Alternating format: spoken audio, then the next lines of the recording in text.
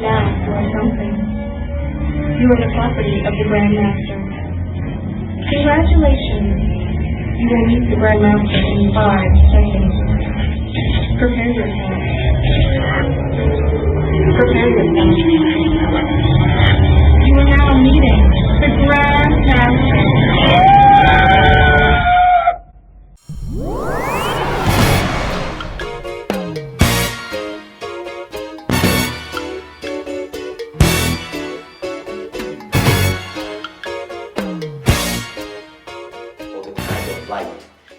Projects from them. Again, you guys are going to start projecting light. It's not going to be the kind of light that illuminates this room, but it's going to be the kind of light that makes you more attractive. It's going to be the kind of light that makes people seek you out and want to hang around you and bump into you and have you and possess you. When that begins to happen more, you're going to know that you are exuding light. It's a natural thing. People like the light. They gots to have it. Because they don't have it, they want to take yours. And the best way to take it is to lay down with it. Hug it. Argue with it. Bite it. Scratch it. Fight it. Marry it. So now that brings about another part of what you're going to have to contend with when you leave here. A lot of you have a lot of light, I see it. You have to protect it. And you have to, a lot of us in this room, not gonna say any names, haven't had sexual relations in a long time. Because we're preserving the light. Not gonna just give it to someone that doesn't deserve it or that doesn't have the same kind of light. There's nothing wrong with that. Yes, it can be lonely, but there's another mechanism that's going on. Say, no, I have to protect it. Can't just give it to anyone. I want to edify you on something else. Here on earth, most people are identified as unaware of the divine. Therefore, they are easy to prey upon. They have nothing that identifies them as an awakened being or one who has a connection with the spiritual world. People only need to look at their medallion or cosmic beacon once to give them the reminder that they are connected to the divine. Think about that for a minute. What have you done your whole life that connects you to the divine once a day? And I don't mean glancing at the Bible that has dust on it somewhere in the corner of your room or your living room. I don't mean looking at the picture in your grandmother's house of Jesus or looking at a meme that gives you some fuzzy esoteric term. What do you do that feeds your consciousness a reminder that you are a divine being every day? What do you possess? What do you have that gives your conscious mind the reminder that I am a divine being here on earth? If you have not afforded yourself the opportunity to create that in your life, you will succumb and fall victim to the whimsicality of how most people live and die unconsciously. You're not aligning yourself and connecting yourself to a force that is of light and power in the universe. Most people don't take the time to think about that because they don't know any better. Does anybody have any questions about that? Yes. Donald, hold on a second. Right here on the right-hand side? To my right. Can the time you spend in your sleep, and such as like your lucid dreams and things, be a reminder of that? Yes, it is a reminder of the continuance of your life and how it spills over into other areas that don't belong in the entrapment and the entombment of your body. But most people throw away like garbage the happenings and the goings on of what it is that they do on a nightly basis by choosing not to learn how to remember what it is that they are doing and who it is that they are coming into contact with. Most of you shut that off quickly when you come back into the body because you don't want to hold the files of that brightness inside of your body, because next it comes with an obligation that you really don't want to honor or shoulder or bear the cross of. You guys get it? Okay. How many of you have a dog that's talked to you? And I don't mean barking. I mean, how many of you have a cat or a dog that actually said your name?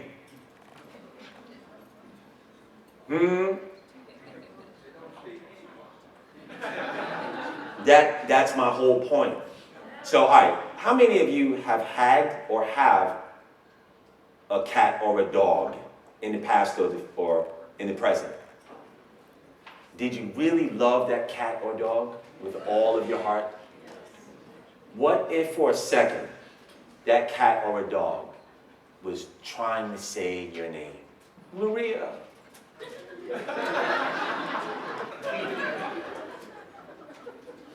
What would you think? Would your heart melt? Would you grab it and say, oh my God, how did you do that? I know I would. This is how the gods feel when they see humans that actually know about their existence. They love that. When they see humans who are practicing different forms of light, that are really seeking and moving towards their own evolution, they really are endeared and they want to help you. The same way you would want to help that cat that said your name. They're really not mystified, but they're really like, how do you know about that? And they're more inclined to walk with you or allow you consciousness to walk with them. So when this medallion came forth, it was something that has, and I still don't think people understand how it works.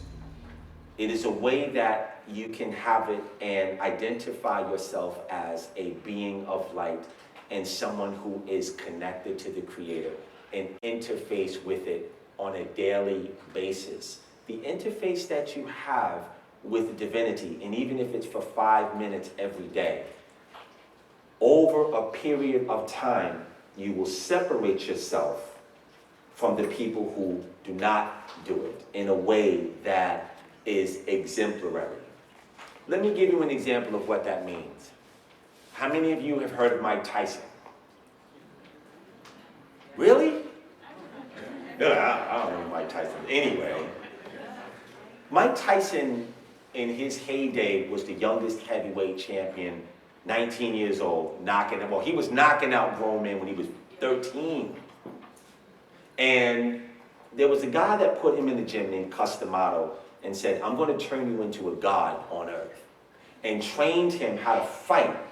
And if you look at the same people that Mike Tyson started boxing with, Mike Tyson's talent precipitously over time grew in volumes because he was doing things that other people weren't doing.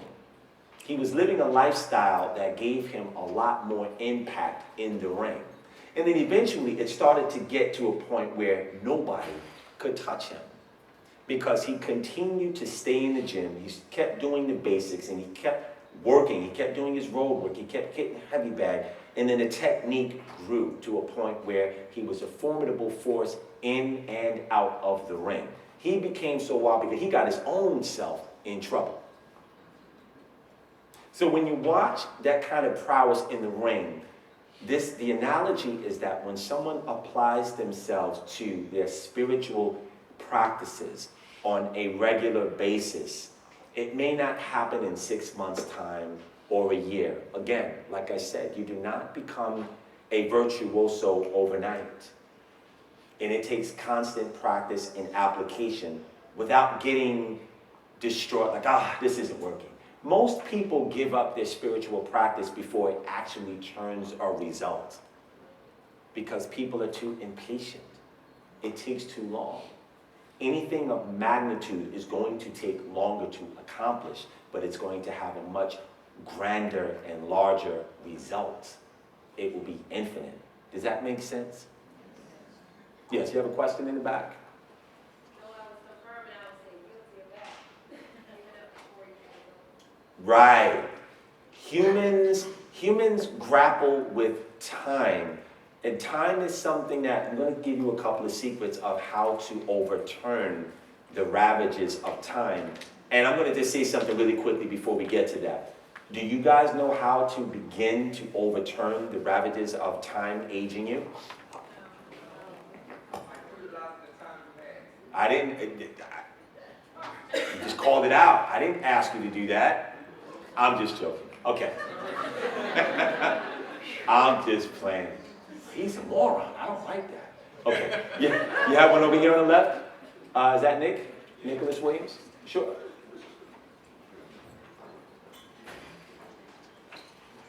What was that question again? But I had the answer. Darius, take the mic from Nicholas. You can't do that. That's not fair. You just want to be seen. What was that question again, Tree Master? By not acknowledging your age, like that's one of the ways that you can become a timeless being. Right, but you already knew that because you are a student of my videos.